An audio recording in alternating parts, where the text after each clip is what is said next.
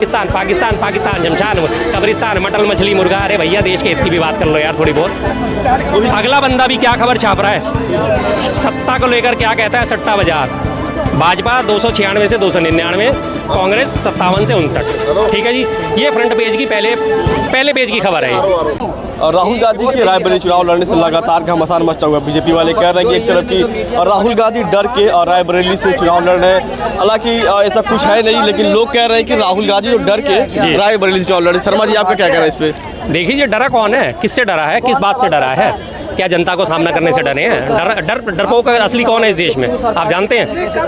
डरपोक असली वो है जिसने पिछले 10 सालों से एक भी प्रेस कॉन्फ्रेंस नहीं करी। डरपोक वो है जिसने इंटरव्यू किया, पीएम मोदी जी ने इंटरव्यू भी किया है। इंटरव्यू होना अलग बात है साहब, प्रेस कॉन्फ्रेंस अलग बात है। प्रेस कॉन्फ्रेंस में लगातार सारे प्रेस वालों को बुलाया जाता है, सवाल लिए जाते हैं, रैंडमली लिए जाते हैं। आप अपने 2-4 को बुला के, अपने खास को बुला के और बैठ के उनको इंटरव्यू दे दो और उस इंटरव्यू को हाईलाइट कर दो कि मैंने वो प्रेस कॉन्फ्रेंस करी, उसे प्रेस कॉन्फ्रेंस थोड़ी मान सकते हैं। प्रेस कॉन्फ्रेंस का मतलब है पूरी प्रेस को, पूरी मीडिया को आप बुला के बात करो, पहली चीज़। दूसरी चीज़, डरपोक वो है कि जिन्होंने चाइना को लाल आंखें दिखाने की बात करी थी और आज तक वो लाल आंखें नहीं दिखा पाए, उनके नाम पे उनकी आंखें बंद हो जाती हैं। ठीक है जी।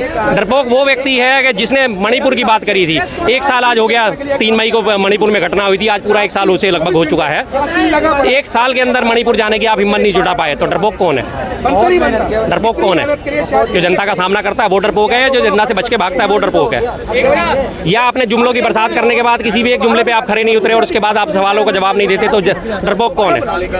राहुल गांधी या मोदी जी? अब सीधे सीधे बात मुद्दे पे आते थे कि डरपोक कौन है फिर असल में? अगर वो रायबरेली से चुनाव लड़ रहे हैं तो क्या गलत कर दिया उन्होंने, क्या दिक्कत हो गई? मोदी जी कह रहे हैं कि राहुल गांधी मंचों के माध्यम से भाषण देते थे कि जनता को कहते थे कि आप डरो मत, डरो मत। हाँ। मोदी जी आरोप लगा रहे हैं कि राहुल गांधी खुद डर के जो है अमेठी की सीट छोड़ के जो है रायबरेली से नामांकन करके वहाँ चुनाव लड़ रहे हैं। हमने मान लिया कि राहुल गांधी जी डर गए, लेकिन आप तो दिलेर आदमी हो, आप तो 56 इंच का सीना रखते हो। अभी रायबरेली के नामांकन होने थे, आपने क्यों नहीं भर देते राहुल गांधी जी के सामने नामांकन? क्यों आपने वाराणसी को पकड़ रखा है? आप में हिम्मत है, आप भी आ जाओ मैदान में, कर लो राहुल गांधी जी का सामना, क्यों नहीं? और अभी तो 5 चरण और बचे हुए हैं। अभी ये तीसरे चरण के भरेंगे, इसके बाद 4 और बचेंगे। 4 में से फिर एक सीट चॉइस कर लो, साउथ की किसी सीट पे आ जाओ मोदी जी लड़ने के लिए चुनाव। आ जाओ केरल में, आ जाओ कर्नाटका में, तमिलनाडु में, तेलंगाना में, आंध्र प्रदेश में, कहीं भी आप आ जाओ। क्यों नहीं जाते आप? नॉर्थ छोड़ के क्यों नहीं जाते साउथ में? डरपोक असली कौन है? राहुल गांधी जी तो पहले नॉर्थ से भी लड़ते थे, साउथ में भी चले गए, साउथ से छोड़ के फिर नॉर्थ में आ गए। वो तो पूरे देश के सर्वमान्य नेता है आज की डेट में, खुल के कहता हूँ, सर्वमान्य नेता हैं। पूर्व से पश्चिम, उत्तर से दक्षिण, कश्मीर से कन्याकुमारी, उन्होंने पूरी भारत जोड़ो यात्रा निकाली थी, लगातार उन्हें जन समर्थन मिला। उसके बाद मणिपुर से लेकर गुजरात तक, उन्होंने मुंबई तक लगातार जन यात्रा निकाली, सारे लोगों से मिले, एक एक व्यक्ति से मिले। आपकी इतनी हिम्मत है? डरते आप हो मोदी जी, आप डरते हो मोदी जी का। आप एक बार काफिला याद होगा आपको, पंजाब में रुक गया था, 1.5 किलोमीटर दूर खड़े थे किसान, और मोदी जी वहाँ डर के जब वो वापस गए, क्या बोले थे? अपने सीएम को बोलते ना मैं जिंदा वापस चला गया। डरपोक आगो या डरपोक ये लोग हैं जो कहते हैं हाँ हम सीने पे गोली खाने को तैयार हैं? कौन है डरपोक असल में? असली डरपोक सबसे बड़ा सवाल ये उठता है, ऐसा क्या हुआ कि राहुल गांधी अमेठी की सीट छोड़ दी है? अमेठी का सीट छोड़ दिया उन्होंने, अपने कार्यकर्ता के लिए छोड़ दिया, इसमें बुराई क्या है साहब? लोग कहते हैं कि जी कार्यकर्ताओं को आगे नहीं आने दिया जाता। अब वो वहाँ पिछले 40 सालों से जो अमेठी के कार्य क्षेत्र में कार्य रहते हैं किशोरी लाल जी, उनको अगर उन्होंने टिकट दे दिया तो क्या गलत करा? कोई गलत नहीं करा। आपकी पार्टी में कद्दावर नेता है, आपकी पार्टी में आपकी जान पहचान है, आपके पूछ है, आपको वहाँ नेता के तौर पे लोग पसंद करते हैं, आपने उनको टिकट दे दिया, क्या दिक्कत है इस चीज़ से? बीजेपी वाले कह रहे हैं कि अगर आपको अमेठी से चुनाव नहीं लड़ना था तो तस्वीरें पहले से आप साफ कर दिए होते। आपने कंफ्यूजन क्रिएट किया, लास्ट में आप डर के जो है रायबरेली चूज कर लिया। तो पहले तस्वीरें साफ कर देते, क्यों कर देते? हम अपनी रणनीति आपको क्यों बताएंगे हमने क्या करना है? क्या 2 युद्ध लड़ने वाली जो सेनाएं होती हैं क्या आपस में एक दूसरे से रणनीति खोलती हैं? क्या हमें पहले रणनीति बताओगे तुम कौन सा हथियार इस्तेमाल करोगे, फिर हम उस हिसाब से अपनी रणनीति बनाएंगे कि हम कौन से इस्तेमाल करेंगे हथियार? क्या ऐसी रणनीतियां कभी बताई जाती हैं?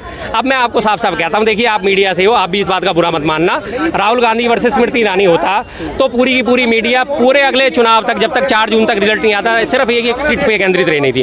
और मेन मीडिया को तो रोज का यही मुद्दा था, रोज उनके 9 बजे प्राइम टाइम में और 7 बजे के प्राइम टाइम में एक ही डिबेट चलती। राहुल गांधी ने ये कहा, स्मृति ईरानी ने वो कहा, राहुल गांधी ने ये कहा, स्मृति ईरानी ने वो कहा। सारा का सारा चुनाव 543 सीटों को छोड़ के 542 तो गायब हो जाती, एक अकेली सीट पे कंसंट्रेट हो जाता। तो उन्होंने बहुत अच्छा करा कि उस सीट को छोड़ दिया। अब राहुल गांधी की राह तकते तकते स्मृति ईरानी अपने वापस गृह प्रदेश जाएंगी, हो जाए, अब उनकी विस्मृति हो जाएगी, बात खत्म बस। चुनाव का समय चल रहा है, मंगलसूत्र मुसलमान तो चल ही रहा था, घुसपैठिया चल ही रहा था, लेकिन जिस चीज का इंतजार था पाकिस्तान भी आ गया इस बीच। पीएम मोदी कहते हैं कि राहुल गांधी के लिए पाकिस्तान से लोग दुआ मांग रहे हैं कि राहुल गांधी जीत जाए चुनाव। मैं एक सीधी बात कहता हूँ जी, मोदी जी के आज मैंने उनका लालू जी का बयान पढ़ा।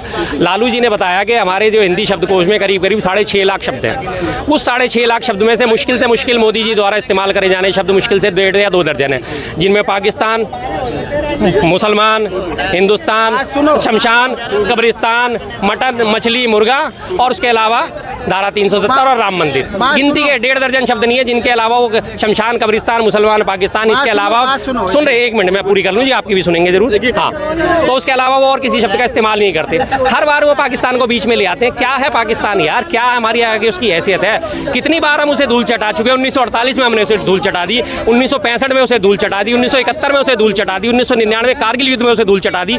उसके बाद पाकिस्तान को आपने जो पीछे आपने ही करा था, हम तो आपको इस बात का श्रेय देते हैं कि आपने अपनी सर्जिकल स्ट्राइक करी थी, तब पाकिस्तान को धूल चटा दी। फिर भी आप उसी से कंपैरिजन करने में लग रहे हो भाई, क्यों? आप एक छोटे से मरगिल्ले से बंदे से बार बार अपना कंपैरिजन कर रहे हो। मेरे डोले मजबूत, ये क्या है मेरे आगे? अरे भाई, जिनके डोले मजबूत है उनसे भी लड़ लो यार।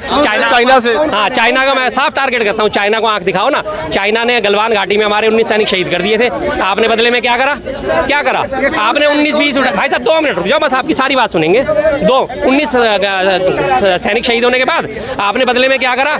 ऐप डिलीट कर दो, टिकटॉक हटा दो, चाइनीज ऐप डिलीट कर दो, ये कर दो, वो कर दो। आपने तीसरी कर ली। उसके बाद आपसे चाइना को लाल आंखें नहीं दिखाएगी। जयशंकर साहब और अपने निर्मला सीतारमण जी और विदेश मंत्री जो हमारे सारे कहते हैं चाइना हमसे बड़ी इकोनॉमी है, हम चाइना से लड़ नहीं सकते। आपने तो बिना लड़े घुटने टेक दिए। हमने 1962 की लड़ाई में घुटने टेके थे, तो कम से कम लड़के तो टेके थे। 1 महीना लड़ाई तो करी थी, और उसका भी बदलाव 1967 में ले लिया था, जब चाइना ने सिक्किम के ऊपर आक्रमण करा था।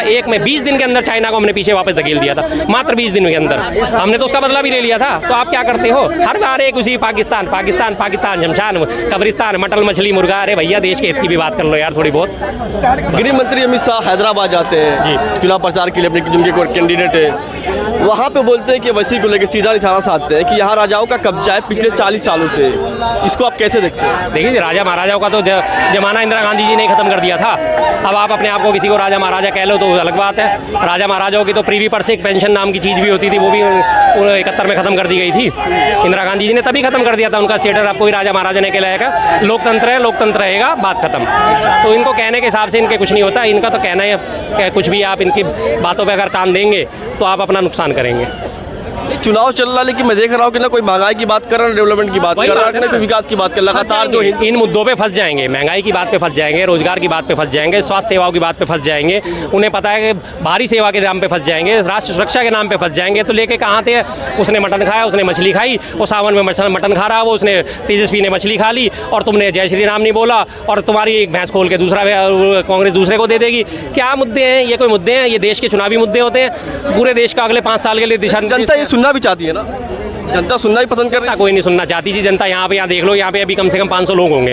उस 500 में से 30-40 लोग ऐसे होंगे जो इन चीज़ों को सुनना चाहते होंगे, और वो 30-40 लोग भी आपको ऐसे मिलेंगे एकदम से हाइपर, एकदम से वो हैवी हो जाएंगे। अगर मैं बात कर रहा हूँ ना, आ जाएंगे, अरे ये शर्मा जी ऐसे बात कैसे करें, मुद्दों की बात कैसे करें, चिल्लाना शुरू कर देंगे, गले की नसें फटनी शुरू हो जाएंगी, उनका हालत ही हो जाएगी, वो शोर मचाना शुरू कर देंगे। तो इनकी सभाओं में जाता कौन है?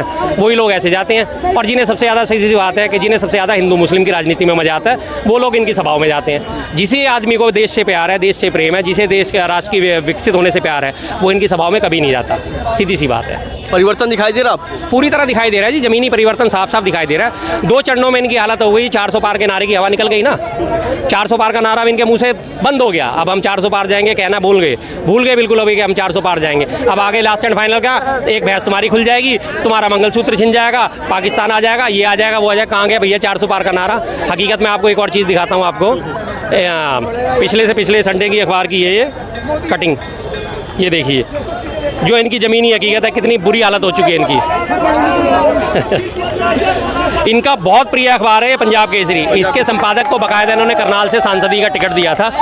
अगला बंदा भी क्या खबर छाप रहा है, सत्ता को लेकर क्या कहता है, सट्टा बाजार। भाजपा 296 से 299, कांग्रेस 57 से 59। ठीक है जी, ये फ्रंट पेज की पहले पेज की खबर है। अब सट्टा बाजार ये 2 चरणों के बाद के रुझान है। अब धीरे धीरे जैसे जैसे चरण घटते जाएंगे ना, ये 299 की जो घंटे ये नीचे घटती चली जाएगी। कि जो 7 चरण का चुनाव प्रिय अखबार है, मैं फिर से कह रहा हूँ ये प्रिय अखबार है। इसके संपादक को बाकायदा करनाल से सीट दी गई थी, लोकसभा से वो सांसद है अश्विनी चोपड़ा, और उसके बावजूद ये अखबार ऐसा छाप रहा है। तो आप जमीनी कुछ समझ सकते हैं। ये दो राउंड के चुनाव के बाद की हाल है। पिछले संडे का अखबार है।